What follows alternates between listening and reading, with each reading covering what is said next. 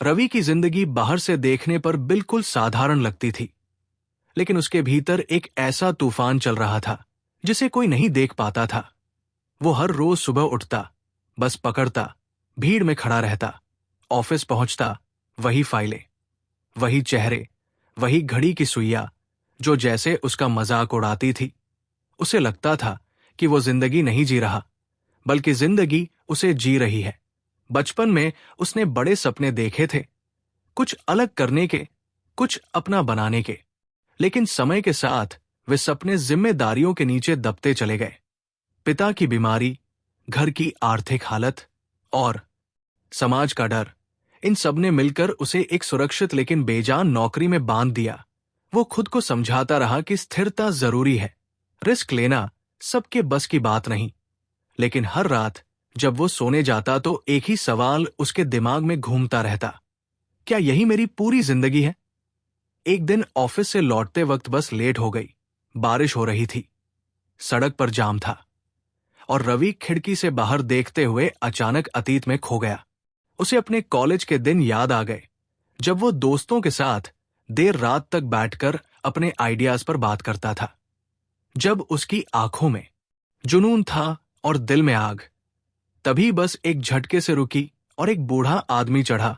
उसकी चाल धीमी थी, लेकिन आंखों में अजीब सी चमक थी। वो रवि के पास बैठ गया और मुस्कुराकर बोला, बेटा, जिंदगी बहुत तेज भागती है।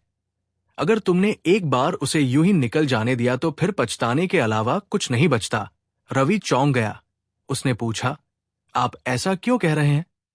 बूढ़े आदमी ने खिड़की से बाहर देखते हुए कहा, क्योंकि मैंने ऐसा ही किया था। और फिर उसने अपनी कहानी सुनानी शुरू की। कैसे उसने हमेशा सुरक्षित रास्ता चुना, कैसे उसने अपने सपनों को कभी बाद में के लिए टाल दिया, और कैसे एक दिन वो बाद में कभी आया ही नहीं। बस स्टॉप आया, बूढ़ा आदमी उतर गया, लेकिन उसकी बात रवि के साथ उतर गई। उस रात रवि सो नहीं पाया। उसे पहली बार साफ दिखने लगा कि वो डर के सहारे जी रहा है। अगले दिन ऑफिस में उसकी फाइलें वैसी ही थी, लेकिन अब वो उन्हें देख पा रहा था, खालीपन के साथ। दोपहर में उसे एक ईमेल मिला, जिसमें उसकी सालों पुरानी एक योजना से जुड़ी एक प्रतियोगिता का जिक्र था। अंतिम तारीख उसी दिन रात 12 बजे थी। रवि का दिल तेज धड़कने लगा। उसने कंप यूटर स्क्रीन की ओर देखा, फिर घड़ी की ओर, फिर अपने भीतर झांका। उसके दिमाग में आवाजें गूंजने लगी, अगर फेल हो गए तो? नौकरी छोड़ दी तो घर कैसे चलेगा? लोग क्या कहेंगे? लेकिन उन्हीं आवाजों के बीच एक और धीमी आवाज भी थी, अगर नहीं किया तो? शाम होते होते ऑफिस खाली होने लगा। रवि अपनी सीट पर बैठा रहा।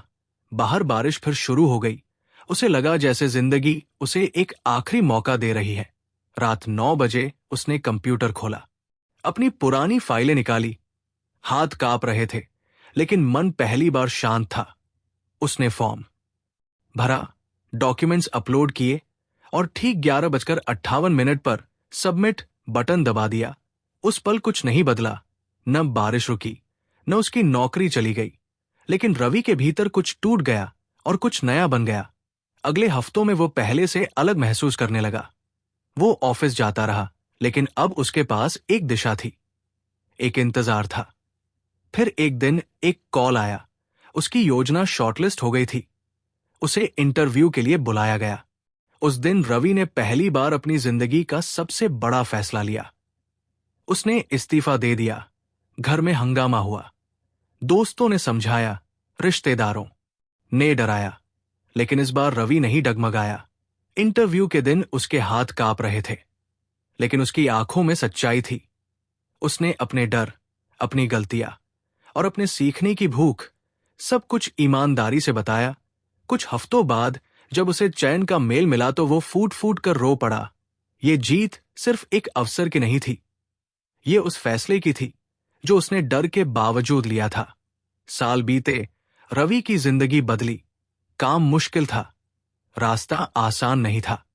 कई बार लगा कि शायद गलती कर दी, लेकिन हर मुश्किल के साथ उसका आत्मविश्वास बढ़ता गया। एक दिन वो उसी बस स्टॉप पर खड़ा था। बारिश फिर हो रही थी। लेकिन इस बार वो मुस्कुरा रहा था।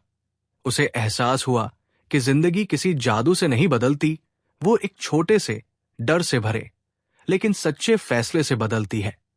और अगर वो उस दिन सबमिट बटन नहीं दबाता, तो शायद आज भी वही सवाल पूछ रहा होता, क्या यही मेरी पूरी जिंदगी है? रवि ने आसमान की ओर देखा और मन ही मन कहा, धन्यवाद उस फैसले के लिए, क्योंकि उसने समझ लिया था कि सही फैसला हमेशा आसान नहीं होता, लेकिन वही फैसला जिंदगी को सही दिशा देता है।